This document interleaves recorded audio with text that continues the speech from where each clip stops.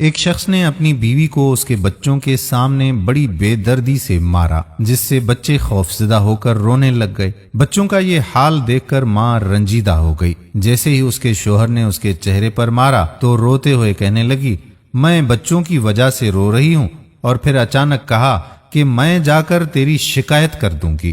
شوہر کہنے لگا کہ تجھے کس نے کہہ دیا کہ میں تجھے باہر جانے کی اجازت دے دوں گا؟ بیوی نے کہا کہ کیا تیرا خیال ہے تو نے دروازے اور کھڑکیوں سمیت سارے رابطے کے دروازے بند کر دیے ہیں، اسی لیے تو مجھے شکایت کرنے سے روک لے گا؟ شوہر انتہائی تعجب کے ساتھ کہنے لگا، پھر تم کیا کرو گی؟ بیوی نے کہا کہ میں رابطہ کروں گی۔ شوہر نے کہا کہ تیرے سارے موبائل تو میرے پاس ہیں، اب جو تو چاہے کر۔ جیسے ہی بیوی حمام کی طرف لپکی، شوہر نے سمجھا کہ یہ شاید حمام کی کھڑکی سے بھاگنے کی کوشش کرے گی، اسی لیے شوہر جلدی سے بھاگ کر حمام کے باہر کھڑکی کے پاس کھڑا ہو کر انتظار کرنے لگا۔ جب شوہر نے دیکھا کہ یہ عورت نکلنے کی بالکل کوشش نہیں کر رہی ہے تو وہ واپس اندر آیا اور حمام کے دروازے کے پاس آ کر کھڑا ہو گیا اور اس کے نکلنے کا انتظار کرنے لگا۔ جب وہ حمام سے باہر نکلی تو چہرہ وضو کے پانی سے تر تھا اور لبوں پر بہت ہی پیاری سی مسکراہٹ سجا رکھی تھی۔ بیوی نے کہا کہ میں تیری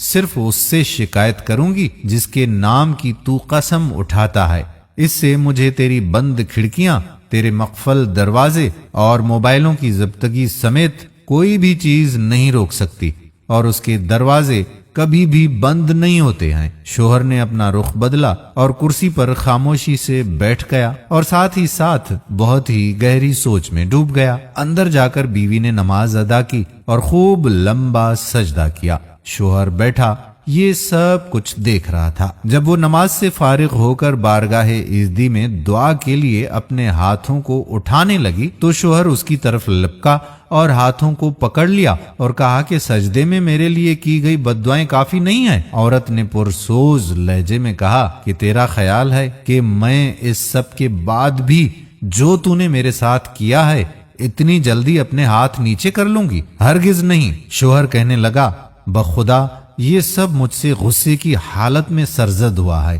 مجھے معاف کر دو، میں نے قصداً یہ سب کچھ نہیں کیا۔